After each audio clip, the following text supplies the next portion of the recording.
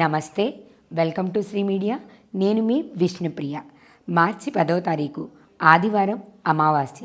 సహజంగా అమావాస్య ప్రతి నెలలోనూ వస్తూనే ఉంటుంది, కానీ ఆదివారం అమావాస్య రావడం చాలా విశేషం. ఆదివారం రోజు వచ్చే అమావాస్య రోజు పితృతర్పణాలు చేయాలి అని చెప్తుంటారు. అసలు పితృతర్పణం అంటే ఏంటి? వాటిని ఎలా చేస్తారు? ఎవరు చేయాలి? ఈ ఆదివారం అమావాస్యకున్న విశిష్టత ఏంటి? ఈ ఆదివారం అమావాస్య రోజు మనం ఏం చేయొచ్చు? ఇలాంటి విషయాలన్నీ కూడా ఇప్పుడు మనతో గురువుగారు ఉన్నారు. ఆయనతో మాట్లాడి అన్ని విషయాలు అడిగి తెలుసుకుందాం. గురువుగారు రాజేశ్వరి శర్మ గారు ఉన్నారు. ఆయన సిద్ధాంతకర్త, అలాగే జ్యోతిష్యం బాగా తెలిసిన వ్యక్తి, సహస్రం 1000కి పైగా యజ్ఞాలు చేసినటువంటి వ్యక్తి, శాంతిదూతగా అవార్డు కూడా పొందారు. రాజేశ్వరి శర్మ గారితో మాట్లాడి ఇప్పుడు మనం అన్ని విషయాలు సవివరంగా పితృతర్పణాల గురించి తెలుసుకుందాం. నమస్తే గురువుగారు. నమస్కారం అమ్మ. మొట్టమొదటిగా శ్రీ మీడియా ప్రేక్షకులకు స్వాగతం, సుస్వాగతం. అదేవిధంగా రేపు 8వ తేదీ మహాశివరాత్రి శుక్రవారం వస్తుంది. మరి ప్రతి జీవికి, ప్రతి ప్రాణికి, ప్రతి ఒక్కరికి కూడా శివరాత్రి అంటే శుభము. ఆ పరమేశ్వరుని అనుగ్రహం ఎల్లవేళలా అందరికి ఉండాలని మరొక్కసారి అందరినీ శుభాశీస్సులు తెలియజేస్తూ, అదేవిధంగా ఆధ్యాత్మిక కార్యక్రమాల పట్ల ఆసక్తి ఉన్నటువంటి శ్రీ మీడియా యాజమాన్యం వారికి మరొక్కసారి శివరాత్రి శుభాశీస్సులు తెలియజేస్తూ శుభం. మీరు అడిగినటువంటి ప్రశ్న చాలా చక్కటి ప్రశ్న తల్లి. ఆదివారము అమావాస్య రావడం చాలా అరుదు. అందులో అమావాస్య అంటేనే పితృతర్పణాలకు శ్రేష్టమైంది. మరి దక్షిణాది రాష్ట్రాలలో అమావాస్యను చాలా శుభప్రదమైనటువంటి రోజుగా తమిళనాడు వాళ్ళు పాటిస్తారు. తెలుగు రాష్ట్రాలలో అమావాస్యను ఏ శుభకార్యానికి వినియోగించరమ్మా. ఇకపోతే పితృతర్పణము. ఈ పితృతర్పణం అనేది మనకు జన్మనిచ్చినటువంటి తల్లిదండ్రులకు, వారి తండ్రులకు తర్పణం వదిలేది పితృతర్పణం. ఈ పితృతర్పణం విశేషంలో ఎలా గుర్తించాలి, పితృతర్పణం ఉంది అని తెలుసుకోవడానికి ఏ మార్గం ఉన్నప్పుడు వారు జన్మ నక్షత్ర రీత్యా, వారి జన్మకుండలి రీత్యా వాళ్ళని చూసినప్పుడు జాతక కుండల్లో, జన్మకుండల్లో సూర్యుడితో పాటు రాహు కానీ, సూర్యుడితో పాటు కేతువు కానీ ఉన్నట్టయితే వాళ్లకు పితృ దోషం ఉంటుందమ్మా. అదేవిధంగా కుజుడితో కలిసి ఉన్న, సూర్యుడు శనితో కలిసి ఉన్న వాళ్లకు తప్పకుండా పితృదోషం ఉంటుంది. మనము చేయకపోయినా మన పితృలు అంటే తల్లిదండ్రులు కానివ్వండి, వాళ్ళ తాతలు కానివ్వండి, వాళ్ళ తాతలు కానివ్వండి, పితృతర్పణం ఏదైతే అమావాస్య రోజు వదలరో వాళ్లకు ఈ పితృదోషం ఉంటుంది. ఈ పితృదోషం వల్ల సంతాన నష్టము, ఆరోగ్య భంగము, అదేవిధంగా వాళ్లకు ఏ పనులు అనుకున్నా కాకపోవడము ఈ విధంగా జరుగుతుంది. ఈ జరగడానికి పితృదోషానికి కారణం ఏంటి అన్నప్పుడు సూర్యుడు గ్రహాలకన్నిటికి కూడా అధిపతి. ఆ సూర్యగ్రహానికి శత్రుస్థానంలో ఉన్నటువంటి వాడు రాహు. అందుకే సూర్యగ్రహణము, చంద్రగ్రహణం అని పడుతుంటాయి. మరి ఆ విధంగా శత్రువు, మిత్రుడు ఇద్దరు కలిసి ఉన్నప్పుడు ఆ పితృతర్పణ దోషాలు వస్తాయి, వాళ్లకు పితృదోషాలు వస్తాయి. అలాంటి వాళ్ళు అమావాస్య రోజు పవిత్రమైనటువంటి సముద్రానికి వెళ్ళి కానీ, పవిత్రమైన నదిలో స్నానం చేసి, ఆ పితామహ ప్రపితామహ ఆదో పితా తథా మాతా సా పత్ని జననీ తథా మాతామహ సపత్నిక ఆత్మపత్నిస్తనంతరం సుతభ్రాతృపితృవ్యాశ్చ మాతులా సహబాలిక దుహిత భగినీ చైవ దోహిత్రో భాగినేయక అనేటువంటి శ్లోకం ప్రకారంగా తండ్రికి, తాతగారికి, ముత్తాతగారికి తర్పణం విడుచుకోవాలి. ప్రతి అమావాస్య కూడా విడవచ్చమ్మా. కొన్ని ప్రాంతాలలో పితృ అమావాస్య అని చేస్తారు. భాద్రపద బహుళ అమావాస్యను పితృ అమావాస్య అంటారమ్మా. ఈ తెలంగాణ ప్రాంతంలో పితృ అమావాస్య అని కూడా అంటారు దాన్ని. ఆ రోజు ప్రతి జాతి వాళ్ళు పితృతర్పణం చేస్తారు. ఈ పితృతర్పణము, పితృ రుణం తీర్చుకోవడం, మాతాపితృ రుణము, గురు రుణము, దైవ రుణం అని 3 ఉంటాయి తల్లి. ఈ 3 పితృ రుణం మనకు జన్మనిచ్చినటువంటి తండ్రిని కానీ, వారికి మన తండ్రి గారికి జన్మనిచ్చినటువంటి తాతగారిని కానీ ఆ తాతగారికి జన్మనిచ్చినటువంటి తండ్రిని కానీ మనము వారికి తర్పణమే వాళ్ళకు ఆనందం. సంవత్సరానికి ఒకసారి తర్పణం నల్ల నువ్వులతో తర్పణం ఇడుస్తారు. కొంతమంది శ్రాద్ధంలో పిండ ప్రదానం చేస్తారు, కొంతమంది చిటక శ్రాద్ధం చేస్తారు. ఏదైనా తర్పణము అనేది పితృతర్పణం అనేది నల్ల నువ్వులతో నదీ తీరంలో చేయడం చాలా శ్రేష్టం. ఖచ్చితంగా చేయాలి. అది పితృపక్షాలని ఉంటాయమ్మా. భాద్రపౌళ పాడ్యం నుండి అమావాస్య వరకు ఆ 15 రోజులు మహాలయ పక్షాలు అంటారు దాన్ని. మహాలయ పక్షాలు. ఆ మహాలయ పక్షాలలో వాళ్ళ తండ్రి గారి తిథిని బట్టి వాళ్ళు చేస్తుంటారు. ఆ రోజు వీలు కాలేదనుకోండి, తిథి రోజు అమావాస్య రోజు వాళ్ళు తర్పణాలు పెట్టుకుంటారు. ఈ పితృతర్పణం విడవకపోతే సంతాన నష్టం జరుగుతుంది, ఆరోగ్య భంగం కలుగుతుంది. ఉదాహరణ, మనకు మేలు చేసినటువంటి వానికి మనం అతనికి ధన్యవాదాలు చెప్పలేదనుకోండి, కృతజ్ఞత చెప్పకపోతే అంతకంటే మూఢం ఏది లేదు. కాబట్టి దానికి మనకు జన్మనిచ్చినటువంటి తల్లిదండ్రులకు, వారికి జన్మనిచ్చినటువంటి తల్లిదండ్రులకు ఈ విధంగా 3 తరాల వాళ్ళకి ఆబ్ధికం పెట్టుకుంటారమ్మా. శ్రాద్ధం అంటారు దాన్ని. ఇది శ్రాద్ధం. మరి మహాలయ పక్షాలలో చేసేటువంటిది ఆధోపిత, తల్లి, తండ్రి, అమ్మమ్మ, వాళ్ళమ్మమ్మ 3 తరాల వాళ్లకు తర్పణాలు వస్తాయి. కాబట్టి ఈ పితృతర్పణ దోషం నివారణ చేసుకున్నట్టయితే సకల దోషాలు ఉంటాయి. అవన్నీ కూడా ఏ దోషాలు మనకు ఆవహించినవో అవన్నీ కూడా పోవడానికి ఆస్కారం ఉందమ్మా. కాబట్టి తప్పకుండా విశేషము సూర్యుడికి ఈ 10వ తేదీ వచ్చేటువంటి అమావాస్య సూర్యుడికి ఇష్టమైనటువంటి వారాలలో ఆదివారం చాలా ఇష్టం ఆయనకు. అదేవిధంగా ఆయనకు తెల్ల జిల్లేడు పూలు అర్కం, అదేవిధంగా గోధుమలు, అదేవిధంగా ఎరుపు వస్త్రం. ఈ ఎరుపు వస్త్రాన్ని కానీ గోధుమలను కానీ అదేవిధంగా ఎవరైతే దానం చేస్తారో వాళ్ళకు కూడా ఆ సూర్యభగవాను ఆశీస్సులు ఉంటాయి.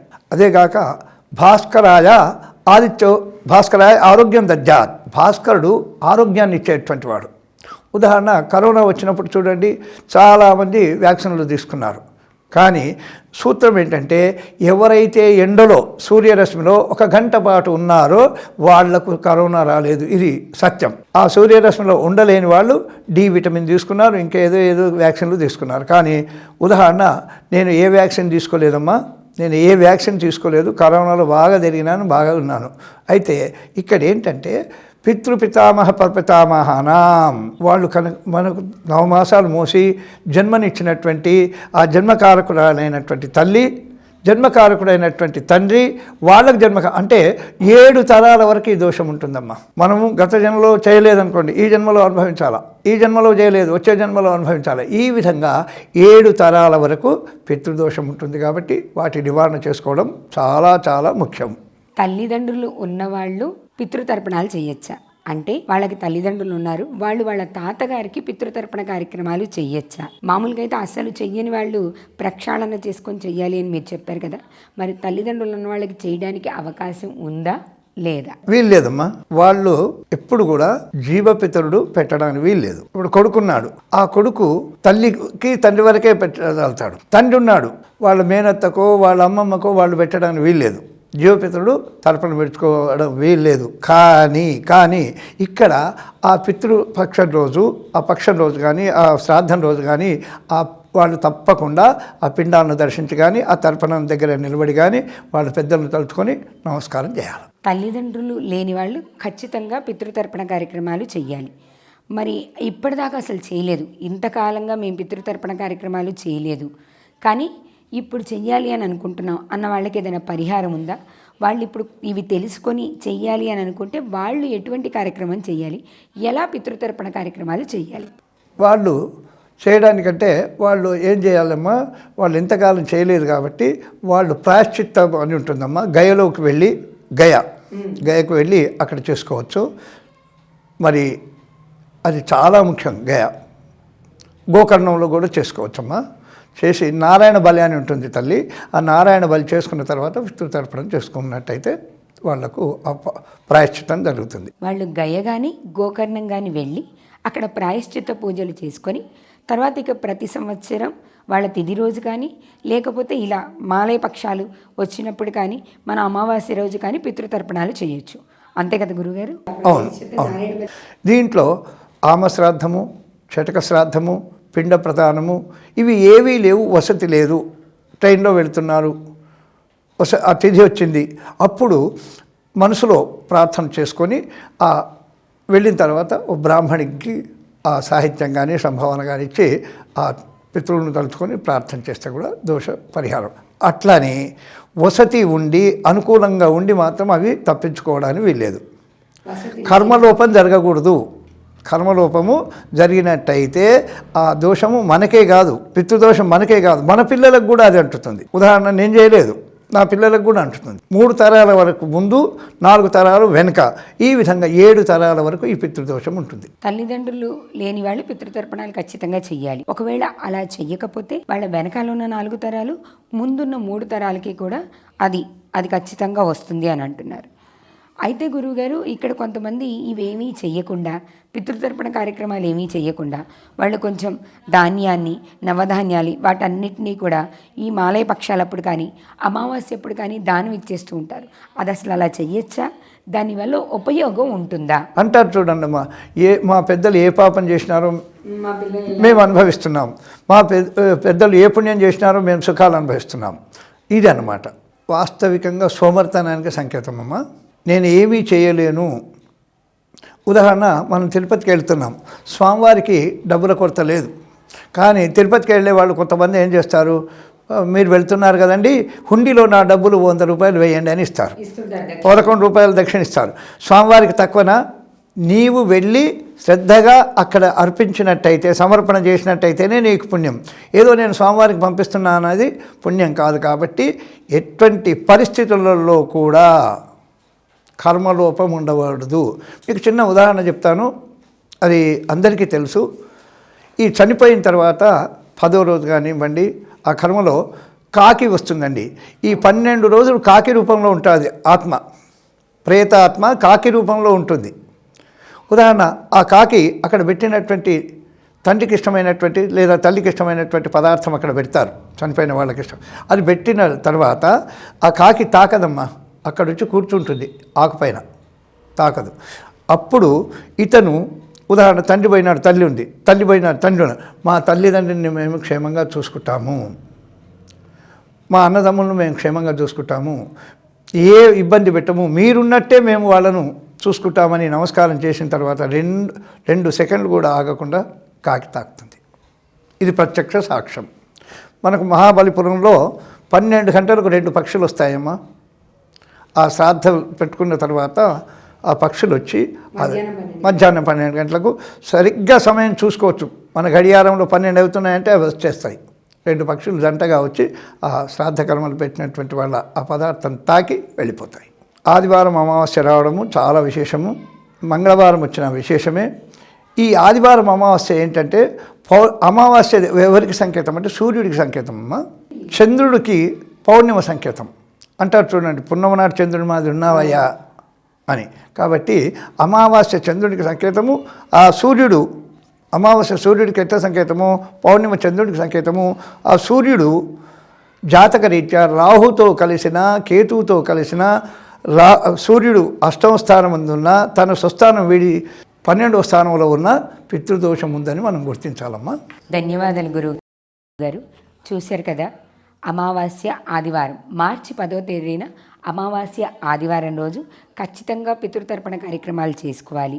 ఆ అమావాస్య రోజు ఆదివారం కావడం వల్ల ఎలాంటి విశేష పూజలు చేయాలి, ఎలాంటి క్రతువులు చేయాలి, అవన్నీ కూడా గురువుగారి ద్వారా తెలుసుకున్నాం. మరో వీడియోతో మళ్ళీ కలుద్దాం. నమస్తే.